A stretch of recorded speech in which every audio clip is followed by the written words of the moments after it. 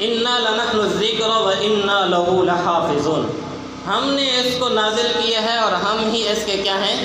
محافظ بھی ہیں، ہم ہی اس کے حافظ بھی ہیں۔ کیا ہیں؟ کیا ہیں؟ یہ حافظ کس کا لقب ہے؟ بولیے اللہ کا۔ یہ کس کی صفت ہے؟ حافظ کس کی صفت ہے؟ اللہ کی۔ یہ صفت اللہ نے قرآن پڑھنے والوں کو بشارت کے طور پر عطا فرمائی ہے۔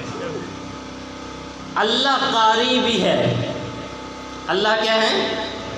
قاری بھی ہیں۔ قاری کسے کہتے ہیں؟ قرآن پڑھنے والوں کو۔ اور اللہ قرآن پڑھتے ہیں یا نہیں؟ پڑھا ہے۔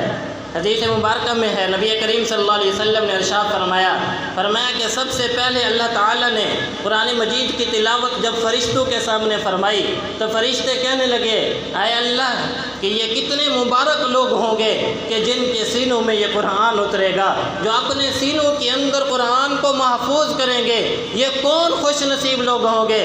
میرے پیارے اللہ نے فرمایا میرے فرشتوں کی جماعت یہ وہ میرے پیارے نبی کے وہ امتی ہوں گے جو اپنے سینوں میں قرآن کو محفوظ کریں گے، یہ قرآن میں ان کے سینوں کے اوپر اتارا کروں گا۔ تو اللہ قاری بھی ہے۔ قاری کی صفت بھی اللہ نے قرآن پڑھنے والے کو دی ہے، حافظ کی صفت بھی اللہ نے قرآن پڑھنے والے کو دی ہے۔ قاری کی صفت تو عام آپ سمجھ گئے، ذرا حافظ کی صفت بھی سمجھ لیجئے۔ حافظ کا معنی ہوتا ہے حفاظت کرنے والا، محافظ کو کہا جاتا ہے۔ اور اللہ تعالیٰ فرماتے ہیں ہم نے اس کو نازل کیا اور ہم ہی اس کے حافظ ہیں، محافظ ہیں۔ سبحان اللہ، قربان جائیے، اللہ تعالیٰ نے اس کی حفاظت کیسے فرمائی ہے؟ کوئی فرشتوں کی جماعت نازل نہیں فرمائی جو بندوق لیے کھڑے ہوتے ہیں کہ نہیں ادھر سے غلط نہیں پڑھنا۔ پھر اللہ تعالیٰ نے کوئی اور جنات کی مخلوق نہیں اتاری ہے، کوئی تیسری مخلوق نہیں اتاری ہے، بلکہ انہی ننھے منھے چھوٹے چھوٹے بچوں کے سینوں میں اللہ نے قرآن کو محفوظ فرما دیا، انا لنحن الذکر و انا لہ لحافظون۔ قرآن کی الف لام کی الف سے لے کر والناس کی سین تک ہم ہی اس کے محافظ ہیں۔ قرآن کو سینوں میں محفوظ کر کے ہم نے اس کی حفاظت کا ذمہ لے لیا ہے۔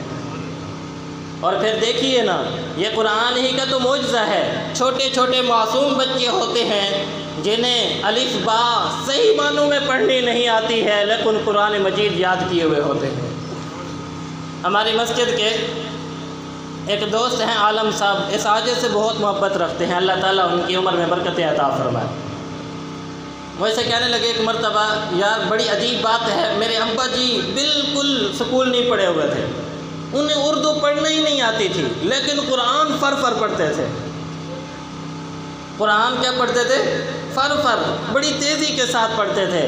میں نے کہا آپ اپنے ابا جی کی بات کرتے ہیں، ہم نے ایسے معصوم بچوں کو دیکھا ہے کہ وہ 3-4 سال کی عمر میں ہوتے ہیں، بولنا نہیں آتا ہے، قرآن فر پڑھ رہے ہوتے ہیں۔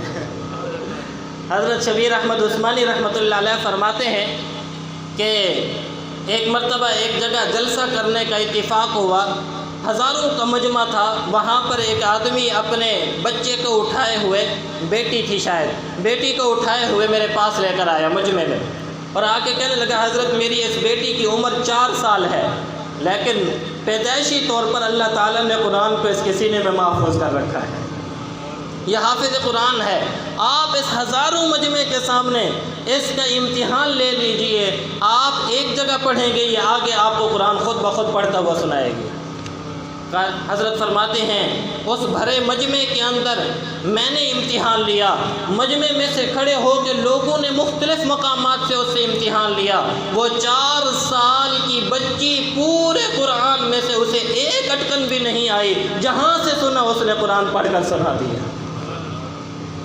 یہ قرآن ہے، یہی ہے حفاظت کا ذمہ کہ اللہ تعالیٰ نے ان کے سینوں کے اندر قرآن کو محفوظ کر کے گویا فرما دیا اولئک حزب اللہ، یہ اللہ کا وہ لشکر ہے کہ جس کے ذریعے سے اللہ تعالیٰ نے قرآن کی حفاظت کی ہوئی ہے۔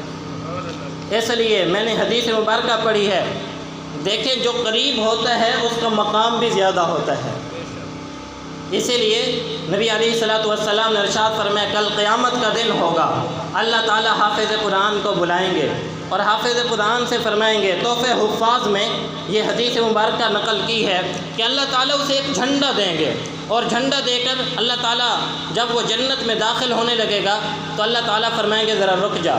وہ رک جائے گا. اللہ کیا میرے لیے جنت کا دروازہ نہیں کھلے گا؟ اور میں نہیں، تمہارے لیے جنت ہے، لیکن یہاں کھڑے ہو جاؤ. جو شخص تم سے محبت رکھتا تھا تم اس سے محبت رکھتے تھے، آج اپنے جھنڈے کے نیچے ان سب کو لے جاؤ اور جنت کے اندر داخل ہو جاؤ. جنت کے اندر داخل ہو جاؤ. اور پھر اسے کہا جائے گا یقال لصاحب القرآن. میرے نبی صلی اللہ علیہ وسلم نے فرمایا اللہ تعالیٰ اسے کہے گا صاحب قرآن سے اقرا، قرآن پڑھ. ذرا الفاظ پہ غور کیجئے، کون کہہ رہا ہے؟ اللہ فرمائیں گے اقرا، ذرا آج قرآن پڑھیے. ورتل، اور ایسے ہی پڑھیے کما کنت ترتل فی الدنیا، جیسے تو دنیا کے اندر ترتیل کے ساتھ، خوبصورتی کے ساتھ پڑھا کرتا تھا، آج ذرا قرآن پڑھ اسی طرح. فإن منزلک عند آخر آیۃ تقرأها، جہاں پر قرآن کی تیری آخری آیت ختم ہوگی جنت میں وہیں پر تیرا مقام ہوگا. یہ اللہ تعالیٰ اسے مقام عطا فرمائیں گے. آپ اندازہ لگائیے کہ قرآن مجید کی بعض لوگوں نے 6666 آیات لکھی ہیں. کتنی آیات لکھی ہیں؟ 6666. اور ہر جنت کے درجے کے درمیان اتنا فاصلہ ہے جتنا آسمان اور زمین کے درمیان فاصلہ ہے. مجھے یوں لگتا ہے میرا وجدان کہتا ہے کہ اللہ تعالیٰ نے اس قرآن کی برکت سے ان قاری قرآن کو وہ مقام اور وہ مرتبہ عطا کیا ہوگا کہ جو مقام اور مرتبہ دنیا میں کسی اور کو بھی نہیں عطا کیا ہوگا. اس لیے کہ یہ قرآن بڑی فضیلت والا، یہ کلام رب کا کلام ہے، اور جو رب کا کلام پڑھتا ہے اللہ تعالیٰ اس کو اسی طرح نوازتے ہیں.